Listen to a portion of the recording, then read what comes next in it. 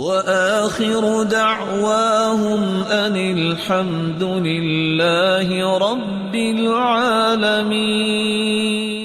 اللہ کے رسول کا فرمان ہے داووا مرضاکم بالصدقہ، اپنی بیماریوں کا علاج کرو صدقے کے ساتھ۔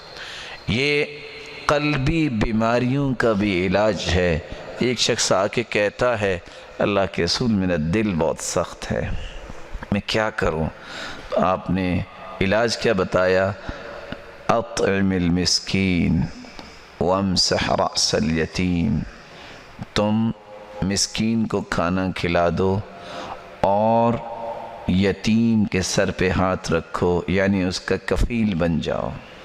رسول اکرم صلی اللہ علیہ وسلم نے امت کو سمجھایا صدقہ یہ انسان کی قلبی بیماریوں کا بھی علاج ہے، بلکہ معاشرتی اور ماحولیاتی بیماریوں کا بھی علاج ہے۔ صحیح بخاری کی روایت فتنۃ الرجل فی اہلہ ومالہ ونفسہ وولدہ وجارہ، انسان کو 5 قسم کے فتنوں کا سامنا ہوتا ہے: اپنا فتنہ، اولاد کا فتنہ، گھر والی کا فتنہ، مال کا فتنہ، پڑوسی کا فتنہ۔ اپنا فتنہ کیسے؟ طاقت بھی ہے، سمجھ بھی ہے، لیکن دین کا کام نہیں کرتا، فتنے میں پڑا ہے۔ مال کا فتنہ کیا ہے؟ نہیں ہے تو فقیری کا فتنہ، مال ہے اور حرام کا ہے تو یہ بھی فتنہ۔ بیوی کا فتنہ، شادی نہیں تو فتنے کتنے ہیں؟ اگر شادی ہر بیوی نماز نہیں پڑھتی، بیوی کا عقیدہ درست نہیں ہے تو فتنہ ہے۔ اسی طرح پڑوسی کا فتنہ، اگر اکیلا رہتا ہے تو خوف کا فتنہ، اگر پڑوسی ہے تو سارا دن گانے سنتا ہے اور تنگ کرتا ہے۔ ان تمام فتنوں کا علاج کیا ہے؟ یکفرہ الصیام والصلاۃ والصدقہ والامر بالمعروف والنہی عن المنکر، نماز پڑھو، روزہ رکھو، صدقہ کرو، نیکی کا حکم کرو، برائی سے منع کرو، اللہ اس ماحولیاتی اور معاشرتی بیماریوں کو دور کر دیں گے۔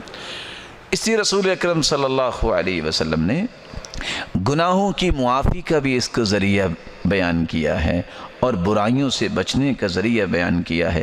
رسول اکرم صلی اللہ علیہ وسلم کا فرمان ہے وَالصَّدَقَةُ تُطْفِئُ الْخَطِيئَةَ، صدقہ انسان کے گناہوں کی معافی کا ذریعہ ہے۔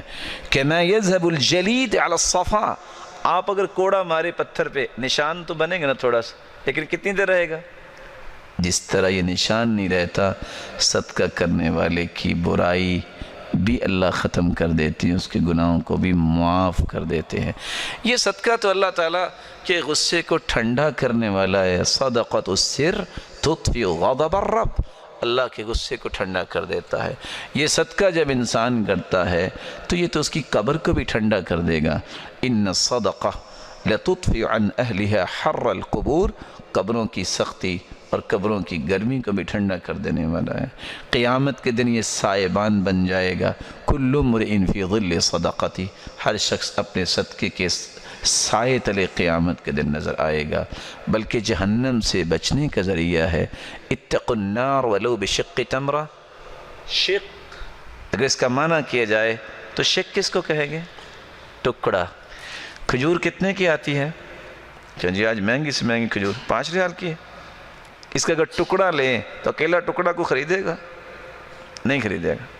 آپ کہہ سکتے ہیں نا پھر احتیاطاً 1 ریال، 1 ریال کی وجہ سے بھی آپ جہنم سے بچ سکتے ہیں۔ اور صحیح بخاری کی روایت کے بتاتی جب انسان اللہ کی راہ میں یہ دیتا ہے، اینولپ میں ڈالتا ہے، بس اوقات کسی کو دیتا ہے، بس اوقات وہ کوئی اور طریقہ اختیار کرتے، یہ سیدھا اللہ کے دائیں ہاتھ میں جاتا ہے، پھر اللہ تعالیٰ اس کو پالتے ہیں۔ اور دوسری روایت کو سنیے، من تصدق بعدل تمرہ، جو کھجور کے برابر صدقہ کرتا ہے اللہ اس کو پالتے ہیں۔ حتی تکون مثل الجبل، قیامت کو ایک پہاڑ آئے گا نام اعمال میں۔ بندہ پوچھے گا اللہ میں نے تو عمل نہیں کیا، یہ پہاڑ کہاں سے آ گیا؟ جواب ملے گا یہ تیرا کھجور کے برابر صدقہ ہے جس کو میں نے پال کے پہاڑ بنا دیا ہے۔